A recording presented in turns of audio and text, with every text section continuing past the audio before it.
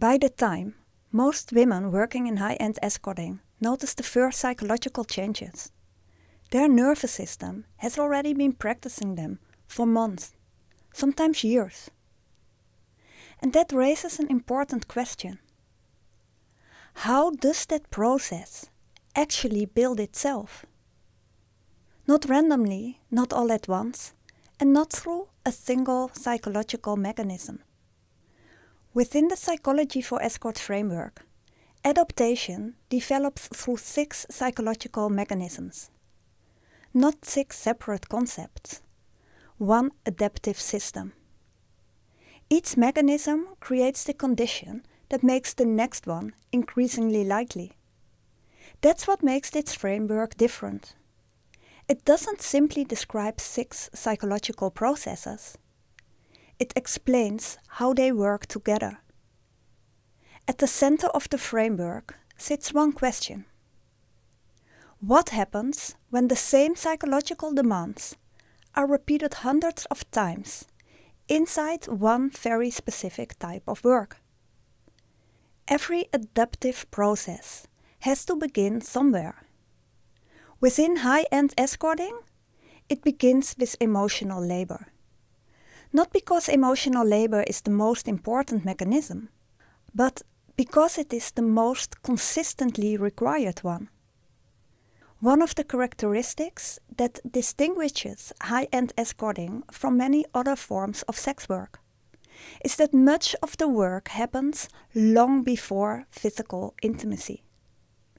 Conversation, companionship, creating emotional connection, offering what many clients experience as the girlfriend experience. Much of that work is psychological, not physical. Every work encounter repeatedly asks remarkably similar things of the nervous system. Read another person and adjust accordingly. Regulate yourself in order to create emotional connection and maintain the atmosphere. For many women, this is the main psychological work. And it's repeated over and over again, throughout a work encounter and across work encounters. The client change, the faces change, the personalities change, the emotional needs change.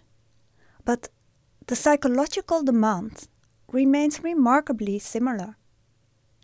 And the nervous system learns through repetition. So the first thing it learns is emotional regulation. Once regulation becomes increasingly automatic, another adaptation becomes possible. Containment. Not because containment appears randomly, but because efficient regulation makes it possible. The ability to remain emotionally present while holding emotional intensity internally. Notice the sequence. Containment doesn't replace emotional labor.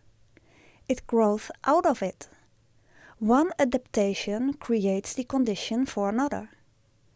The kind of containment we're talking about develops within a unique psychological environment. One where money, desire, and intimacy continuously intersect. Where attraction is continuously managed. Where emotional closeness exists without reciprocal attachment. Within the framework, this psychological environment is described through the mechanism of power and desire. The environment doesn't create adaptation by itself. It shapes which adaptations become increasingly useful. Eventually, holding all of those realities simultaneously becomes demanding. You're a professional, but you're also a person. You need to remain present while protecting your own inner world. You create emotional connection while continuously regulating your own emotional experience. The nervous system naturally begins looking for a more efficient way to manage those demands. That adaptation is called functional dissociation. not the absence of experience, the regulation of experience.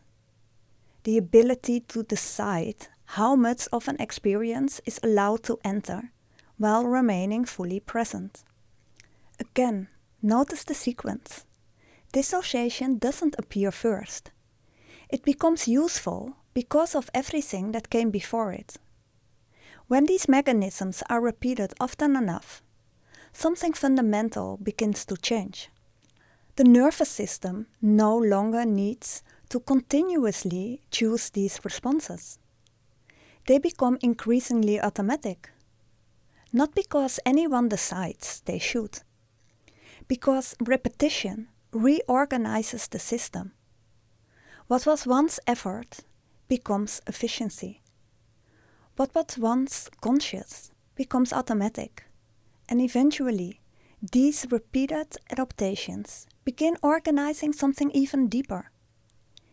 Internal expectations, quiet assumptions, automatic rules about how to relate to other people, how much emotion feels safe, how much closeness feels manageable, how much of yourself remains protected. These are psychological contracts, not promises you make to yourself, but expectations your nervous system quietly learned through repetition. By now the full pattern begins to emerge. This is why these mechanisms should never be understood in isolation. Remove emotional labor and the entire sequence changes. Remove containment and everything downstream changes. Each mechanism depends on what came before it. Each creates the condition for what comes next. Together, they explain how repeated psychological demands gradually reorganize the nervous system. Not through one dramatic event, but through ordinary working encounters, repeated often enough. Understanding this changes how we understand high-end escorting itself. Because the long-term psychological effects don't emerge randomly. They emerge systematically. That's exactly what the Psychology for Escorts Framework was built to explain. I'm Eva Valora. In the next episode, we'll explore why the story you tell yourself about these changes matters more than most people realize.